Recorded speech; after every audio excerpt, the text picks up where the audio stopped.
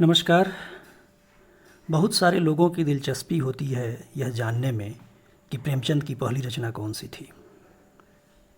प्रेमचंद उर्दू से हिंदी में आए थे। आरंभिक दिनों में अपनी सारी रचनाएं वो उर्दू में लिखते थे, फिर उसका तर्जुमा हिंदी में करते थे। उन्होंने खुद अपनी पहली रचना के बारे में लिखा है। तो सुनिए आज प्रेमचंद की रचना मेरी पहली रचना।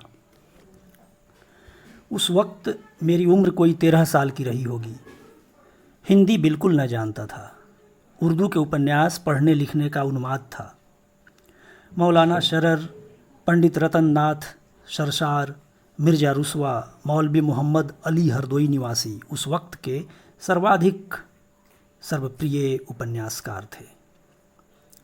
इनकी रचनाएं जहां मिल जाती थीं, स्कूल की याद भूल जाती थी और पुस्तक समाप्त करके ही दम लेता था। उस जमाने में रेनाल्ड के उपन्यासों की धूम थी। उर्दू में उनके अनुवाद धड़ाधड़ निकल रहे थे और हाथों हाथ बिकते थे। मैं भी उनका आशिक था। स्वर्गीय हजरत रियाज ने, जो उर्दू के प्रसिद्ध कवि थे और जिनका हाल में देहांत हुआ है, रेनाल्ड की एक रचना का अनुवाद हरम सरा के नाम से किया था। उस जमाने में लखनऊ के साप्ताहिक अवध पंच के संपादक स्वर्गीय मौलाना सज्जाद हुसैन ने, जो हास्य रस के अमर कलाकार हैं, रेनाल्ड के दूसरे उपन्यास का अनुवाद धोखा या तिलस्मी फानूस के नाम से किया था। ये सारी पुस्तकें मैंने उस जमाने में पढ़ीं और पंडित रतन नाथ सरशार से तो मुझे तृप्ति न होती थी। उनकी सारी रचनाएं मैंने पढ़ डाली।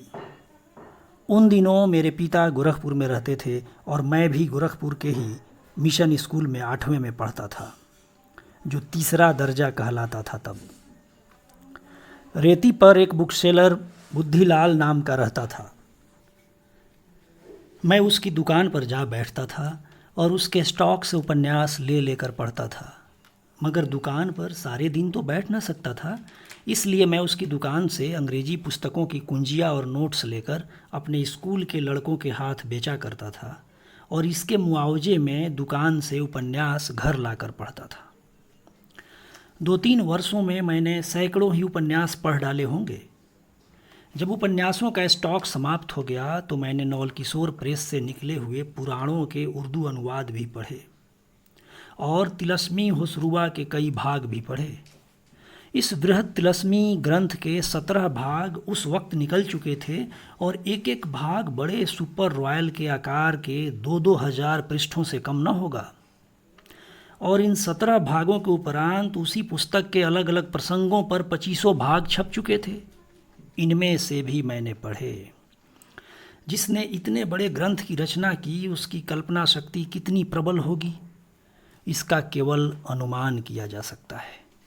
कहते हैं ये कथाएं मौलाना फैजी ने अकबर के विनोदार्थ फारसी में लिखी थी।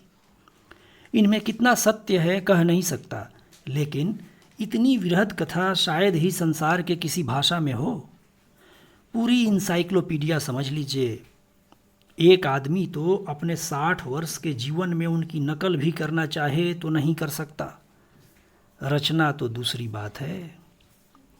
उसी ज़माने में मेरे एक नाते के मामू कभी कभी हमारे यहाँ आया करते थे। अधेड़ हो गए थे, लेकिन अभी तक बिन ब्याहे थे। पास में थोड़ी सी ज़मीन थी, मकान था, लेकिन घरनी के बिना सब कुछ सुना था। इसलिए घर पर जी नहीं लगता था। नातेदारियों में घुमा करते थे और सबसे यही आशा रखते थे कि कोई उनका ब्याह करा दे। इसके लिए 100-200 खर्च करने को भी तैयार थे। उनका ब्याह क्यों नहीं हुआ, यह आश्चर्य है। अच्छे खासे हिष्टपुष्ट आदमी थे, बड़ी बड़ी मूछें, औसत कद, सांवला रंग। गांजा पीते थे, इससे आंखें लाल रहती थीं। अपने ढंग के धर्मनिष्ठ भी थे। शिव जी को रोजाना जल चढ़ाते थे और मांस मछली नहीं खाते थे। आखिर एक बार उन्होंने भी वही किया जो बिन ब्याहे लोग अक्सर किया करते हैं। एक चमारिन के नैन वाणों से घायल हो गए। वह उनके यहाँ गोबर पाथने, बैलों को सानी पानी देने और इसी तरह के दूसरे फुटकर कामों के लिए नौकर थी। जवान थी, छबीली थी और अपने वर्ग की अन्य रमणियों की भांति प्रसन्न मुख और विनोदनी थी। एक समय सखी सुअरी सुंदरी वाली बात थी। मामू साहब का तृषित हृदय मीठे जल की धारा देखते ही फिसल पड़ा। बातों बातों में उससे छेड़छाड़ करने लगे।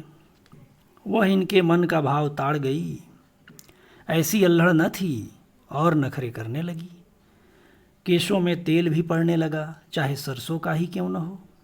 आँखों में काजल भी चमका, होठों पर मिस्सी भी आई और काम में ढिलाई भी शुरू हुई। कभी दोपहर को आई और झलक दिखाकर चली गई, तो कभी सांझ को आई और एक तीर चलाकर चली गई। बैलों को सानी पानी मामू साहब खुद दे देते, गोबर दूसरे उठा ले जाते। युवती से बिगड़ते क्यों कर। वहाँ तो अब प्रेम उदय हो गया था। होली में उसे प्रथानुसार एक साड़ी दी, मगर अब की गजी की साड़ी न थी। खूबसूरत सी 2.25 रुपये की चुंदरी थी। होली की त्योहारी भी मामूल से चौगुनी दी और यह सिलसिला यहाँ तक बढ़ा कि वह चमारिन ही घर की मालकिन हो गई। एक दिन संध्या समय चमारों ने आपस में पंचायत की। बड़े आदमी हैं तो हुआ करें, क्या किसी की इज्जत लेंगे। एक इन लाला के बाप थे जो कभी किसी मेहरिया की ओर आंख उठाकर न देखा। हालांकि यह बात भी सरासर गलत है। और एक यह है कि नीच जाति की बहु बेटियों पर भी डोरे डालते हैं। समझाने बुझाने का मौका न था। समझाने से लाला मानेंगे तो नहीं, उल्टे और कोई मामला खड़े कर देंगे। इनके कलम घुमाने की तो देर है। इसलिए निश्चय हुआ कि लाला साहब को ऐसा सबक देना चाहिए कि हमेशा के लिए याद हो जाए। इज्जत का बदला खून ही चुकाता है, लेकिन मरम्मत से भी कुछ उसकी पुरौती तो हो ही सकती है। दूसरे दिन शाम को जब चंपा मामू साहब के घर में आई तो उन्होंने अंदर का द्वार बंद कर दिया। महीनों के असमंजस और हिचक और धार्मिक संघर्ष के बाद आज मामू साहब ने अपने प्रेम को व्यावहारिक रूप देने का निश्चय किया था। चाहे कुछ हो जाए, कुल मर्जाद रहे या जाए, बाप दादा का नाम डूबे या उतराए। उधर चमारों का जत्था ताक में था ही। इधर किवाड़ बंद हुए, उधर उन्होंने द्वार खटखटाना शुरू किया। पहले तो मामू साहब ने समझा कोई असामी मिलने आया होगा, किवाड़ बंद पाकर लौट जाएगा। लेकिन जब आदमियों का शोरगुल सुना तो घबराए। जाकर किवाड़ों की दराज से झांका। कोई 20-25 चमार लाठियां लिए द्वार रोके खड़े किवाड़ों को तोड़ने की चेष्टा कर रहे थे। अब करें तो क्या करें, भागने का कहीं रास्ता नहीं, चंपा को कहीं छिपा नहीं सकते। समझ गए कि शामत आ गई। आशिकी इतनी जल्दी गुल खिलाएगी यह क्या जानते थे, नहीं तो इस चमारिन पर दिल को आने ही नहीं देते। उधर चंपा इन्हीं को कोस रही थी। तुम्हारा क्या बिगड़ेगा, मेरी तो इज्जत लूट गई। घर वाले मूड़ काट कर ही छोड़ेंगे, कहती थी कभी किवाड़ बंद न करो। हाथ पांव जोड़ती थी, मगर तुम्हारे सिर पर तो भूत सवार था। लगी मुंह में कालिख की नहीं। मामू साहब बेचारे इस कूचे में कभी न आए थे। कोई पक्का खिलाड़ी होता तो 100 उपाय निकाल लेता, लेकिन मामू साहब की तो जैसे सिट्टी पिट्टी भूल गई। बरौठ में थर थर कांपते हनुमान चालीसा का पाठ करते हुए खड़े थे। कुछ न सूझता था। और उधर द्वार पर कोलाहल बढ़ता जाता था। यहाँ तक कि सारा गांव जमा हो गया। बामन, ठाकुर, कायत सभी तमाशा देखने और हाथ की खुजली मिटाने के लिए आ पहुँचे।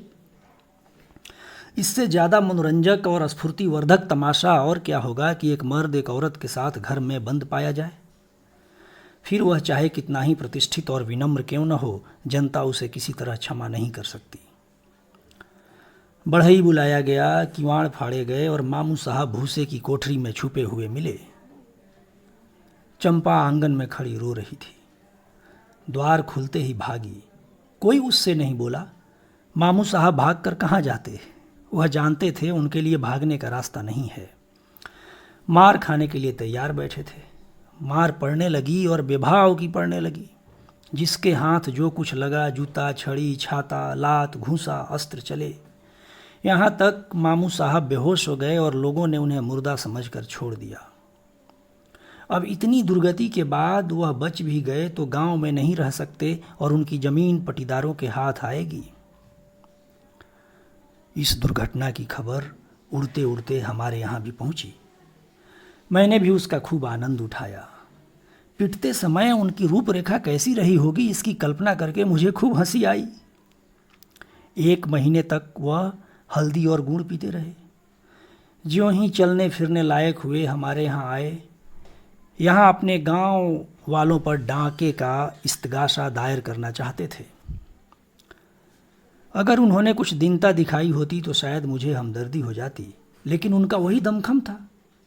मुझे खेलते या उपन्यास पढ़ते देखकर बिगड़ना और रोब जमाना और पिताजी से शिकायत करने की धमकी देना, यह अब मैं क्यों सहने लगा था। अब तो मेरे पास उन्हें नीचा दिखाने के लिए काफ़ी मसाला था। आखिर एक दिन मैंने यह सारी दुर्घटना एक नाटक के रूप में लिख डाली और अपने मित्रों को सुनाई। सब के सब खूब हंसे। मेरा साहस बढ़ा। मैंने उसे साफ साफ लिख कर वह कापी मामू साहब के सिरहाने रख दी और स्कूल चला गया।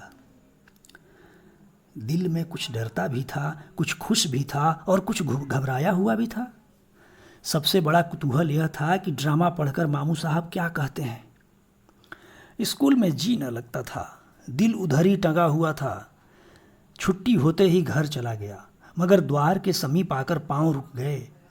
भय हुआ कहीं मामू साहब मुझे मार न बैठें, लेकिन इतना जानता था कि वह एकाध थप्पड़ से ज़्यादा मुझे मार न सकेंगे, क्योंकि मैं मार खाने वाले लड़कों में न था। मगर यह क्या मामला है? मामू साहब चरपाई पर नहीं हैं, जहां वह नित्य लेटे हुए मिलते थे। क्या घर चले गए? आकर कमरा देखा, वहां भी सन्नाटा। मामू साहब के जूते, कपड़े, गठरी सब लापता। अंदर जाकर पूछा, मालूम हुआ मामू साहब किसी जरूरी काम से घर चले गए, भोजन तक नहीं किया। मैंने बाहर आकर सारा कमरा छान मारा, मगर मेरा ड्रामा, मेरी वह पहली रचना कहीं न मिली। मालूम नहीं मामू साहब ने उसे चिराग अली के सुपुर्द कर दिया या अपने स्वार्थ स्वर्ग ले गए। शुक्रिया।